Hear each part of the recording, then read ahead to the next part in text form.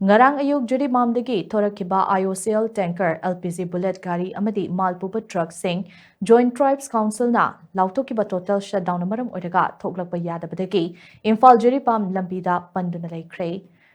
Presna fangba paugi matung idna ngarang United Naga Council UNC na kuki taramari thadoklagani haina lauruba warip adu yaningdaba fongdoktuna Joint Tribes Council Manipur na Jeliangrunggi area singda shutdown lautokiba aduna maram oiraga Imphal Jiribam lambida makhal khudingmakki gari chenba lepkibane ngarang ayuk Jiribamdagi Tangkak ani thukna Imphal lomda lakiba convoy sing adu hauzik khongsang amasung noneda pandun leidi Madugi manungda IOCL ge tanker gari yankai mari LPG bullet gari kunmari malpuba truck yankai taruk punna gari chama kuntra mari hauzik noneda pandun leidi aduga khongsangdana malpuba truck punna chama kuntra tare panduna lei haina pau asina makatari